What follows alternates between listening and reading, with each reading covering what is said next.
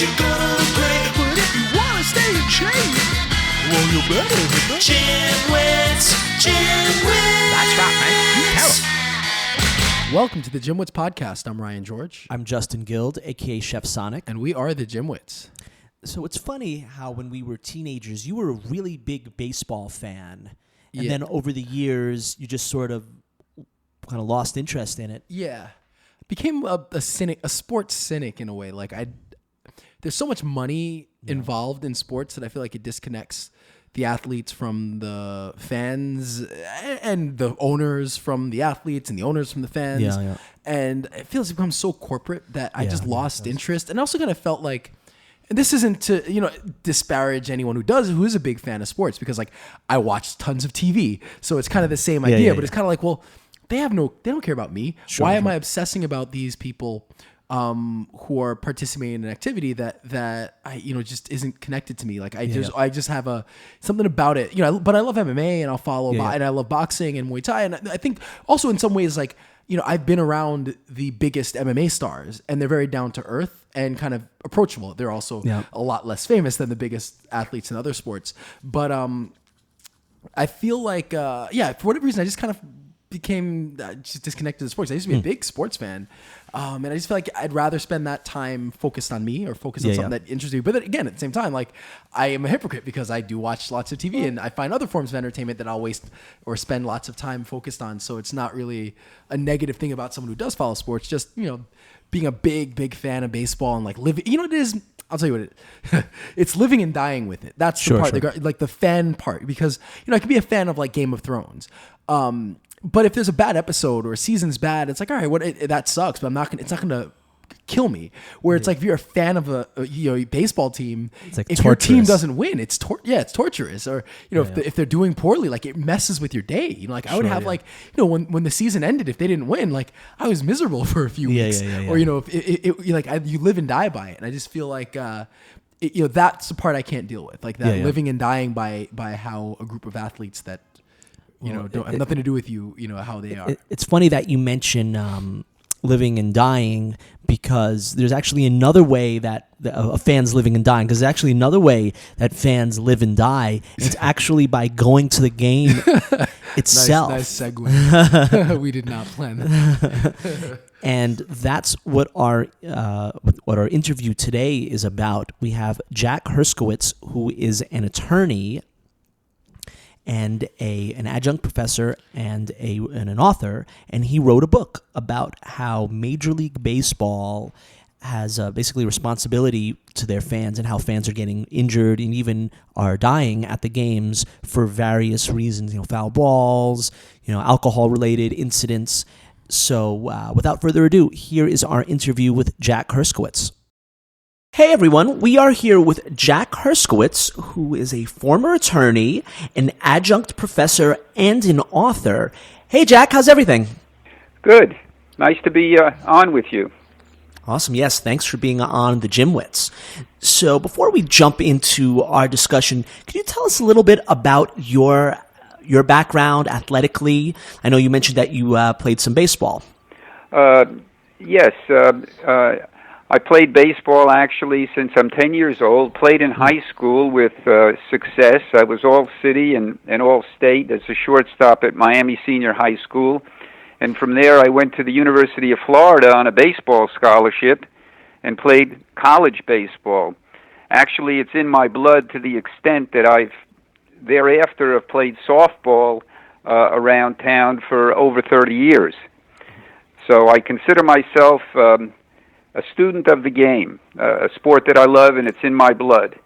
Otherwise, athletically, I've always stayed in shape. For many years, I took a circuit training class three times a week and fit it into my busy schedule. And currently, I ride a bike and work out as well. Oh, that's great. And just so that you know, Ryan and I are also pretty big baseball fans. I think Ryan used to be a much bigger fan when he was younger. We used to play baseball, never seriously. As I always say, with everything else in life athletically, I was mediocre at it. I thought I was a pretty good hitter, right? Yeah. I could hit pretty well. That was my sort of one thing. Ryan was the speedster. And he could make stuff happen on the base paths. So he was pretty good in that regard. We had some fun playing baseball. Ryan is a Yankee fan, and I'm a Mets fan. Who's your favorite team?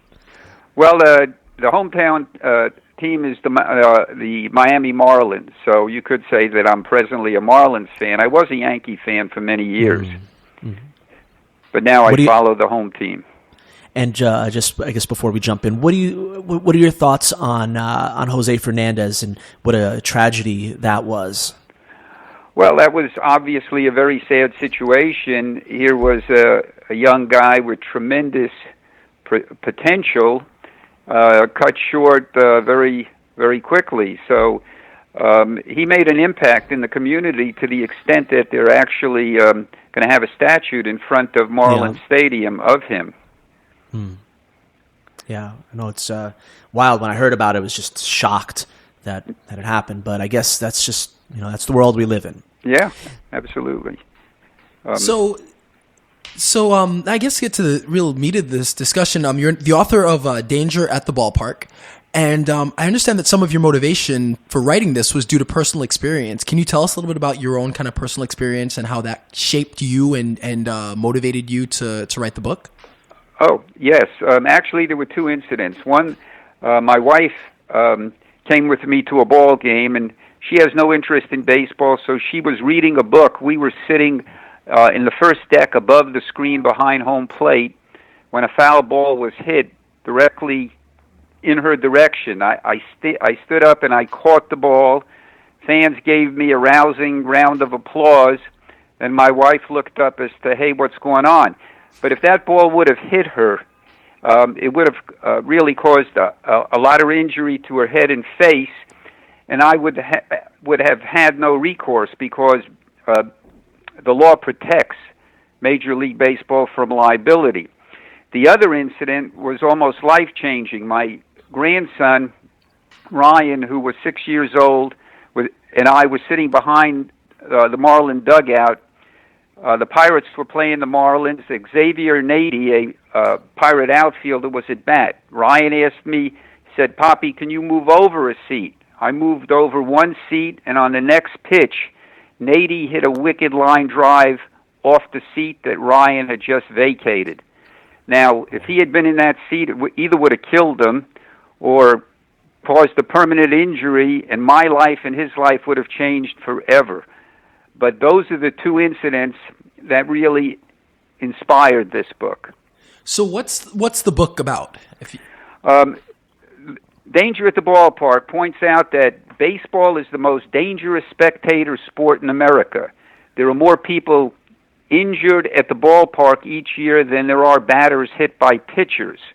And that's not only from foul line drives or flying bats, but fans falling over railings, fans fighting with other fans or with players, often as a result of the unrestricted sale of alcohol at the ballpark, and even injuries caused by the team mascot, all of which could be prevented if Major League Baseball implemented safety features and policies at the ballpark. But the reason they don't, and this is a big part of the book, is that the law protects Major League Baseball, its teams and stadium operators from liability, unlike any other business or industry. So there is no incentive to make the safety changes for the benefit of the fans that are necessary. And there are many people, the book goes on to tell case histories of people who have received devastating injuries and even been killed at the ballpark as a result of the lack of safety features and the inherent nature of the game and the construction of the ballparks. So that basically that's what it's about. A lot of case histories and how the law protects the sport. Well, that's very interesting, and of course, you would almost imagine that the law would protect it. Baseball makes so much money for this country. It employs so many people, and it's so popular that it's almost would feel like it would be slanted. But this actually brings up a very interesting discussion, and it almost reminds me of the atmosphere at a gym. So you mentioned that there's no liability for Major League Baseball, and now you're the attorney, so you would really know this. Even the classic instance is you go to a gym and you sign a waiver saying if you get hurt that the gym is not responsible. But someone gets hurt, and if they can prove negligence in any way, the waiver is moot. Am I correct in saying that? Yes, in general, you are correct. But the difference is that gyms, like other businesses, the owners have a duty to use reasonable care for the safety of its customers. In baseball, the standard is that the fan, the spectator, assumes the risk of any and all injury when they enter the ballpark. So in baseball, there's a different standard, and that's why there's no liability. A gym is in the same boat as almost all businesses in America in having a standard of reasonable care for safety of its customers. And the fact that there's a waiver or a release signed does not excuse negligence. And that's the difference.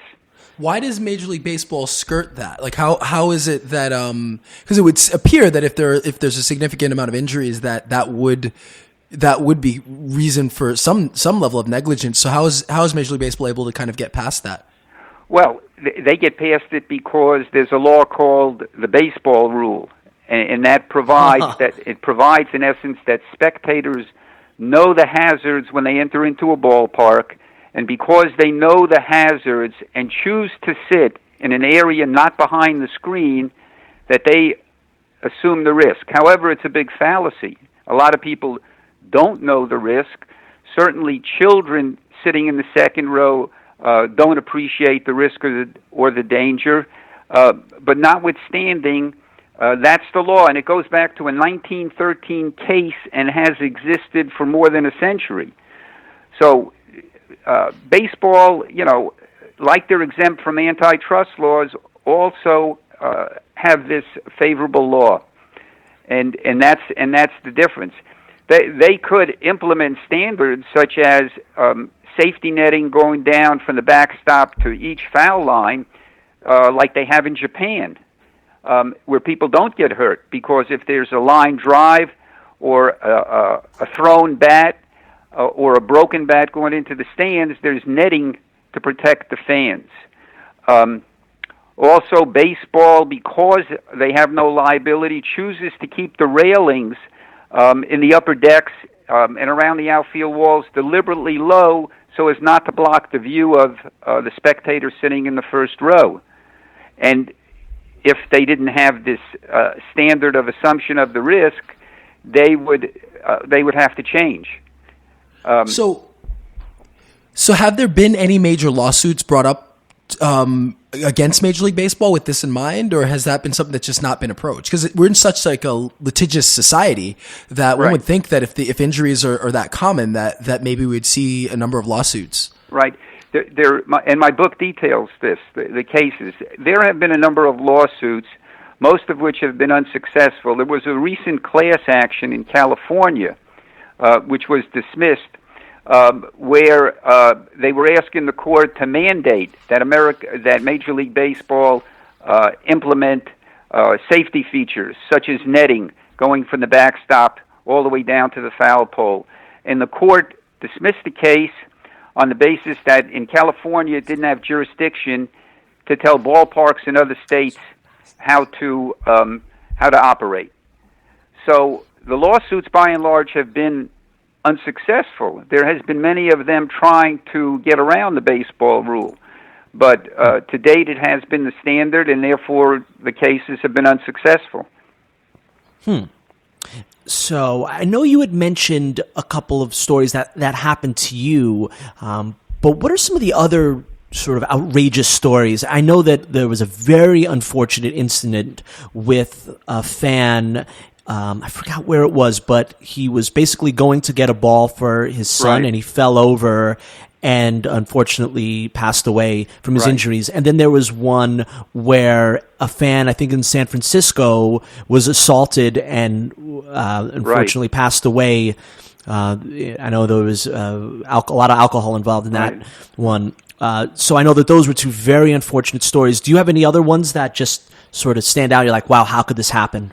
Right. The two incidents you mentioned, I tell about in my book. There are many other unfortunate cases. There was a case of a lady, for example, who was posing for a picture, and she backed up. She was in the upper deck, and she went right over the rail because it was a low rail.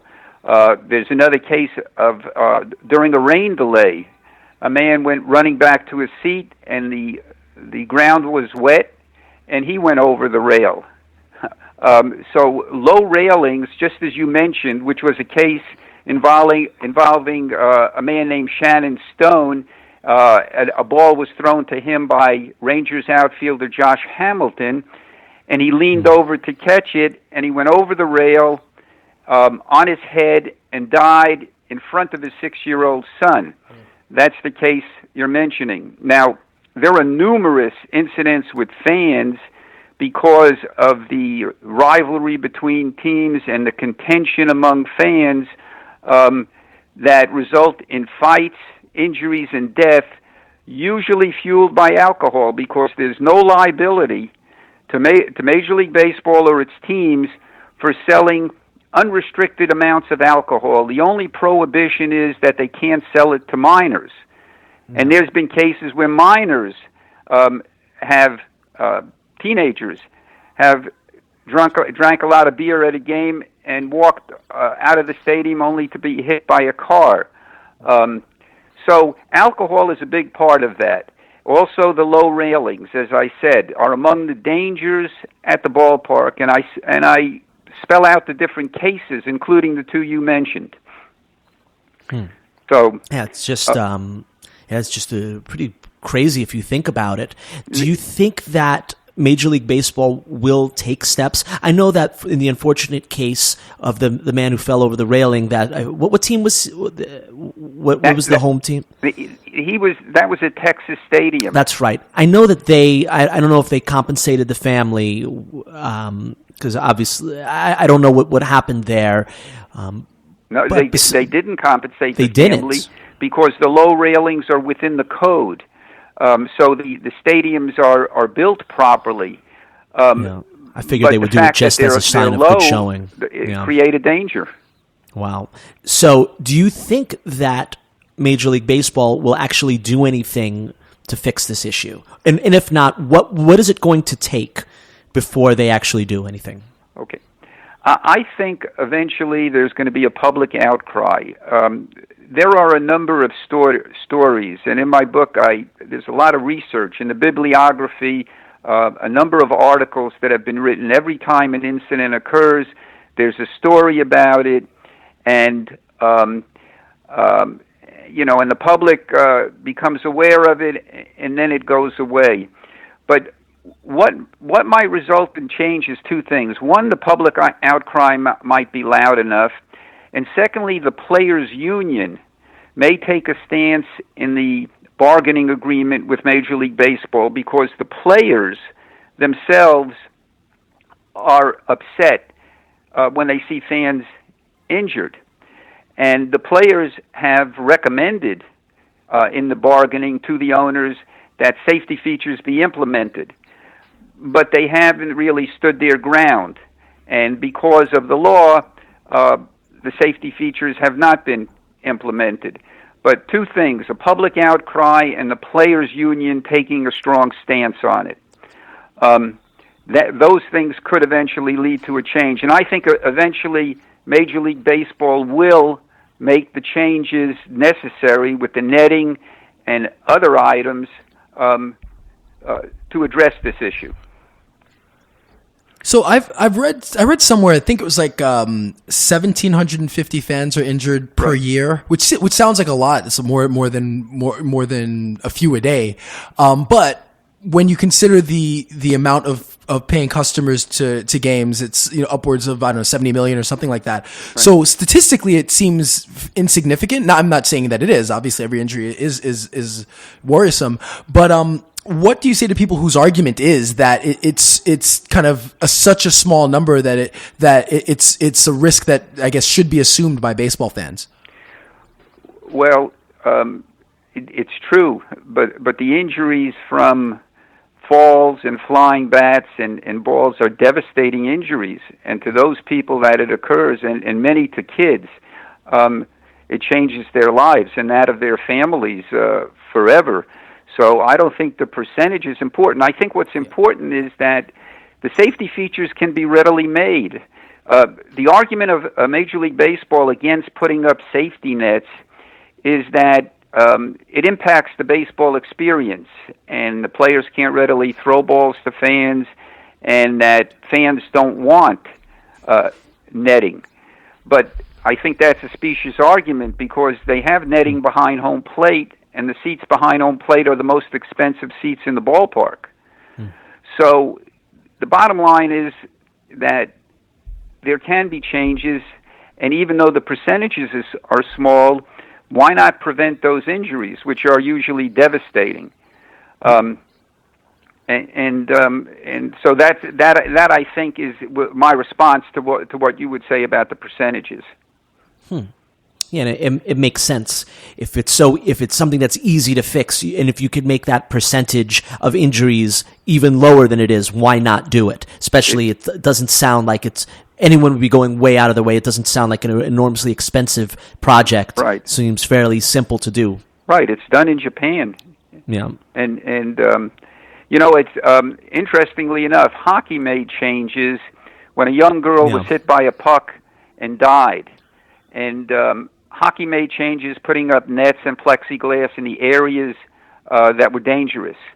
And when the issue of a distraction from the game or the experience was raised, the commissioner said, a guy named Gary Betts said, in 3 minutes the fans will forget the net is there.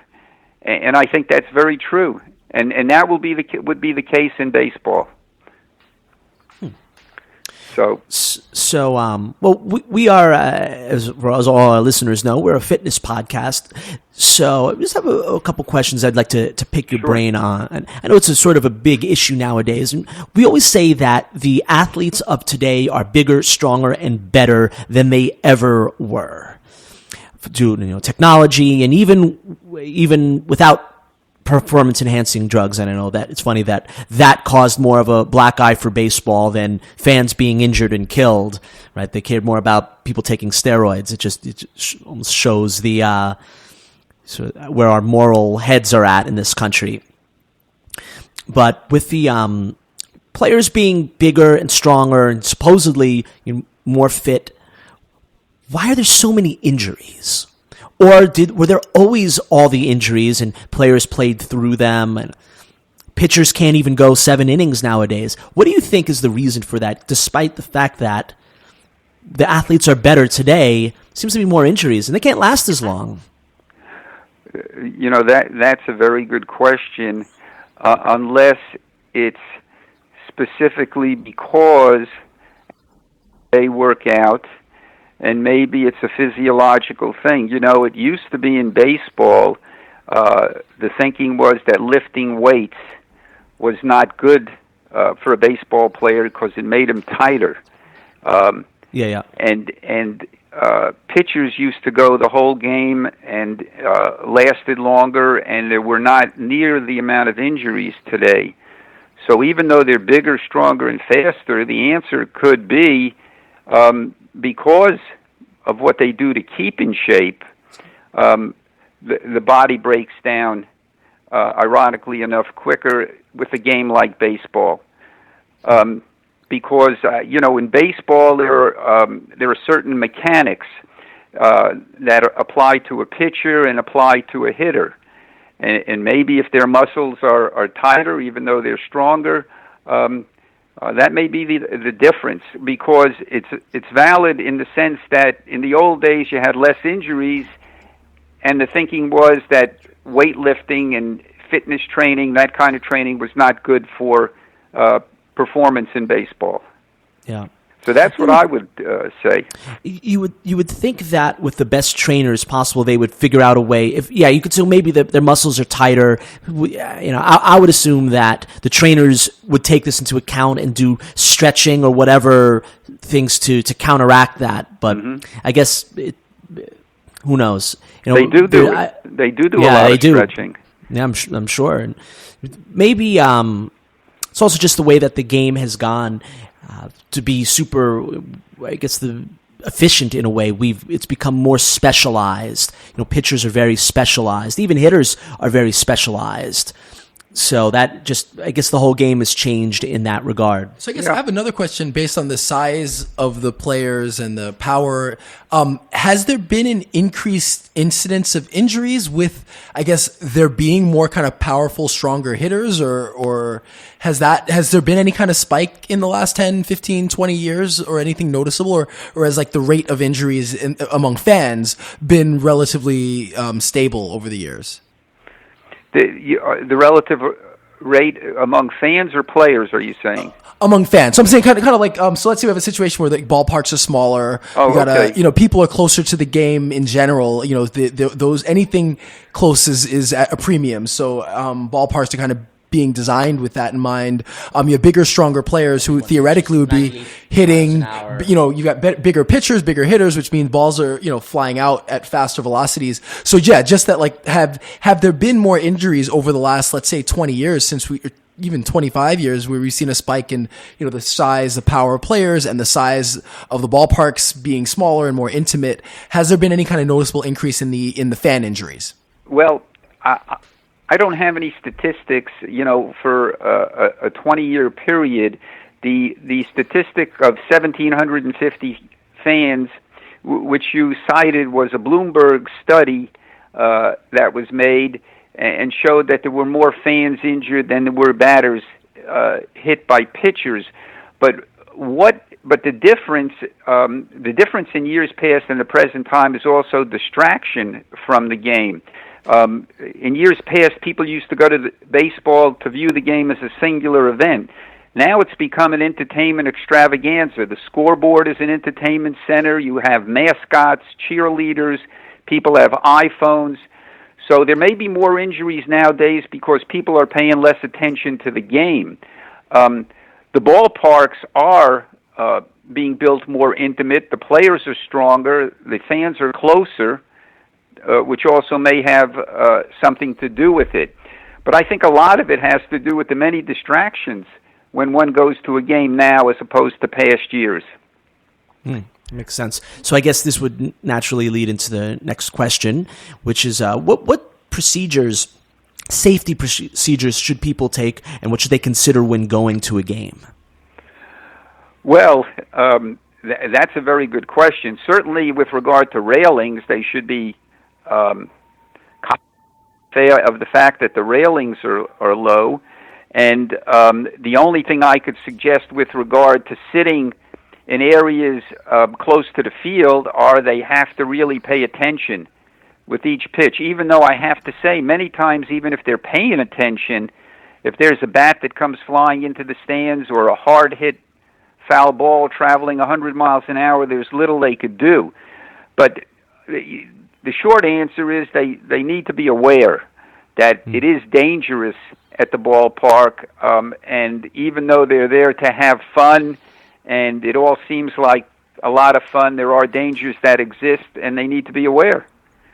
It's interesting that you mentioned that. I saw a video on YouTube where a girl got hit basically in the face. She was okay with a home run during batting practice. It was hit, home run. She just didn't expect it to come. She was on her phone and poof, came in and hit her. Right. So you could actually view that video. So I guess be aware is really where anywhere you go, just be aware. Anything could happen right at any time.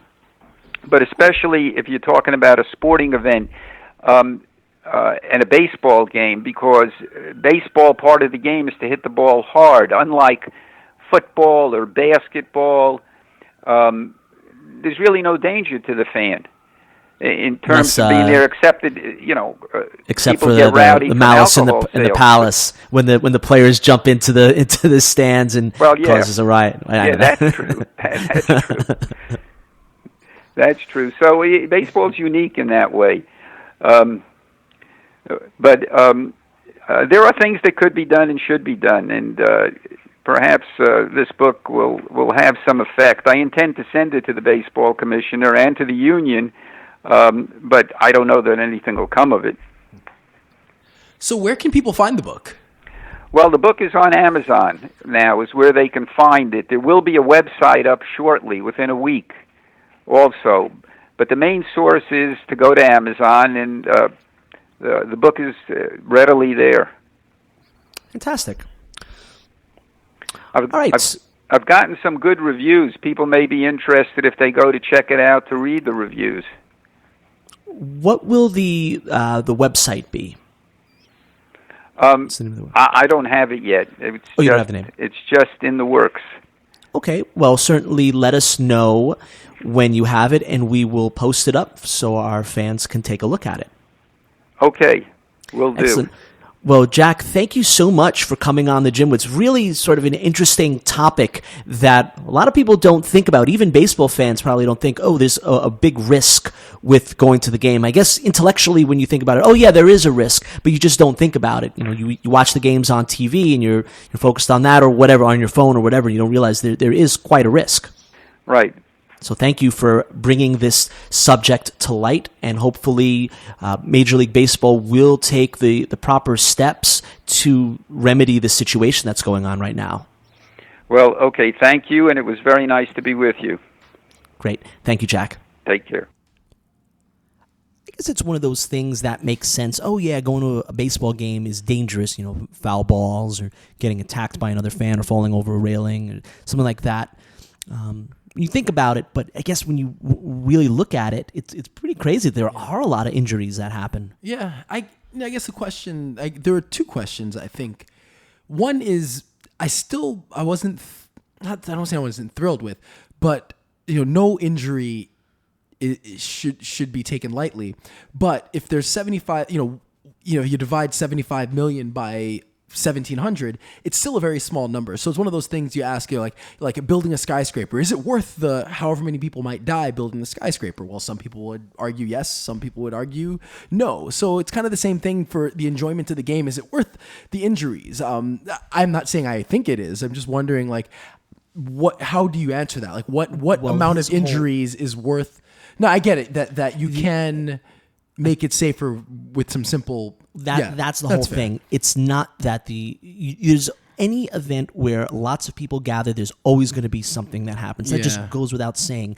I think Jack's argument are that the injuries and the incidents that can be prevented simply, when those are the numbers of those are the statistics you need to look at. So I guess the second question is, when something if you build a higher rail, if that immediately gets rid of it with only that, then even one incident that could have easily been prevented is too many. Yeah, and then I guess the other question would be, if everyone not only assumes it but understands the risk and is okay with it. So let's say, then does that change it, or is it still a bad thing?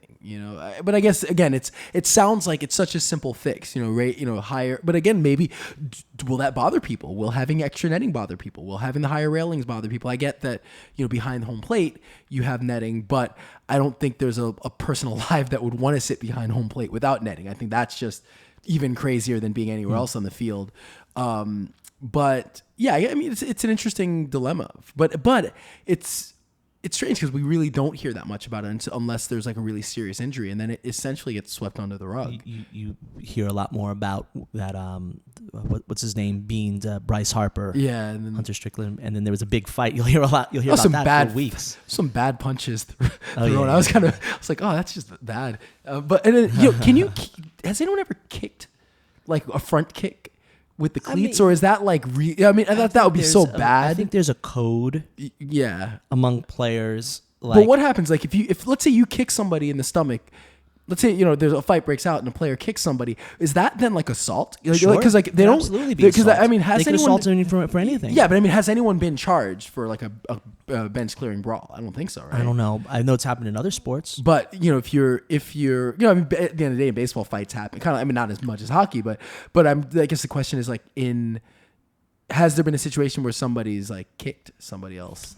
That you can Something has had to happen. I'm sure it's happened, right? Somewhere, something has had to happen. I'm sure of it. Yeah. But I think there's a code among players. Like they'll settle it.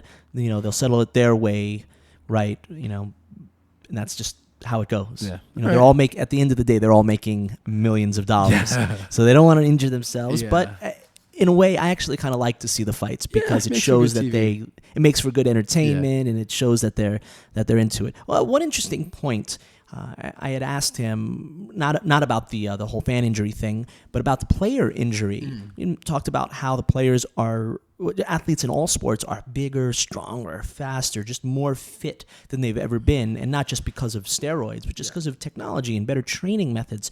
And so why are there so many injuries in baseball and really other sports too, especially baseball? Why are there so many injuries? And he had mentioned that maybe the lifting weights cause the muscles to be tighter. I don't really buy that because I know he's not an expert in that topic. He's just giving it off the top of his head.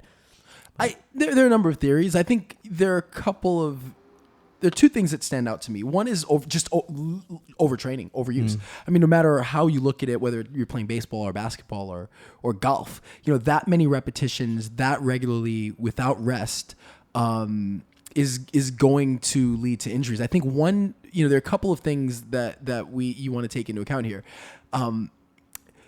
First is how often did players report injuries in the past? Well, I think now they make so much money that investments you have to if you're hurt you have to take care of that because if you're paying somebody for 5, 6, 7 years and it's year 1 or year 2 or even later on, like at the end of the day everybody's thinking down the road. So if there's a small or minor injury, better to take care of it now and not have it be a career threatening or career ending injury where you've then thrown away a lot of money. So I think part of it is I would think that the reporting of injuries is much higher than in the past.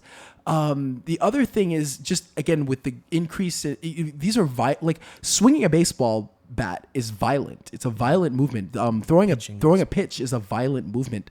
So when you have these forces that are greater than they've ever been, and you're gonna to me it just makes sense. Like the kind of the physics of it, you're dealing with a higher potential for injury. So yeah, they have these advanced rehab practices and the advanced training. Like I don't think it has anything to do with the strength training necessarily, because as tight as they might be, they have state-of-the-art rehab facilities. They have athletic trainers. They've got physical therapists. I mean, they have enough staff on hand that everybody will be trained properly. So I don't buy that much that it's weight training. Again, to some extent, I guess having more muscle as a physical therapist will put to me, it's kind of the more potential you have. It's like risk reward. You get more power, but then the injuries are sometimes maybe a little bit more severe. So maybe there is something to just the overall strength and size being greater that will lead to more injuries. But I think it just has more to do with the forces and the wear and tear. And again, the reporting of injuries to me, that to me would be why we see more injuries, more so than maybe players just being tight from strength training. Because the other thing is like, especially now, I think maybe 10, 15, 20 years ago where kind of maybe exercise physiology wasn't as well understood, they're far more focused on kind of functional training and functional strength. And yes, they're doing their weightlifting, but they're doing it with an eye on full movements and movements that translate directly to hitting a baseball or to pitching or to throwing or to running. They're not just sitting doing bench pressing and bicep curls. So I think that part of it as well, they're going to be more, their bodies are more fully trained, and if anything, they should be less tight, because they're going to be doing training that's more centrally focused towards. What do you think about this baseball with athletic training and the concept of really exploding and putting everything into it? That with pitchers who now can't go 9, 8 innings, 7 innings, they go 5 innings, 6 innings if you're fortunate. Maybe the training has sort of trained them to really go all out, almost like to really push themselves, and so they run out of gas. When pitchers in the past maybe just based on their training, naturally didn't put everything into every pitch. That I don't know because I'm not. If you look at the number of power pitchers, there are more power pitchers nowadays than there ever were. Okay, again, I haven't been following baseball in a long time, so I wouldn't know for sure. But I mean, taking your word for it, that would make sense, right? If you're putting that much more stress on your arm, so it would make sense from both the standpoint of durability and also just game to game that you're not going to have the same kind of power that you would throughout a game. So it makes more sense to limit their innings game to game, and also limit the innings year to year, because again, you only have so many miles on the arm, and if you're throwing power like that, you've got to take care of the arm. So it makes sense that teams are going to be more cognizant of that, and then we obviously live in an era where they're specialists. So you have people who their job is just to be get a couple batters out or pitch a couple innings, and so teams can afford to rest their star players as much as they can. Interesting thought. So, all right. Well, you guys know where to reach us. Yep, all of our stuff is at thegymwits.com. That's where all of our social media, Ask the Trainer, all that stuff, you can find it there. Send us questions. We'd love to answer. So that is it. I'm Ryan George. I'm Justin Guild, aka Chef Sonic. And we are the Gymwits.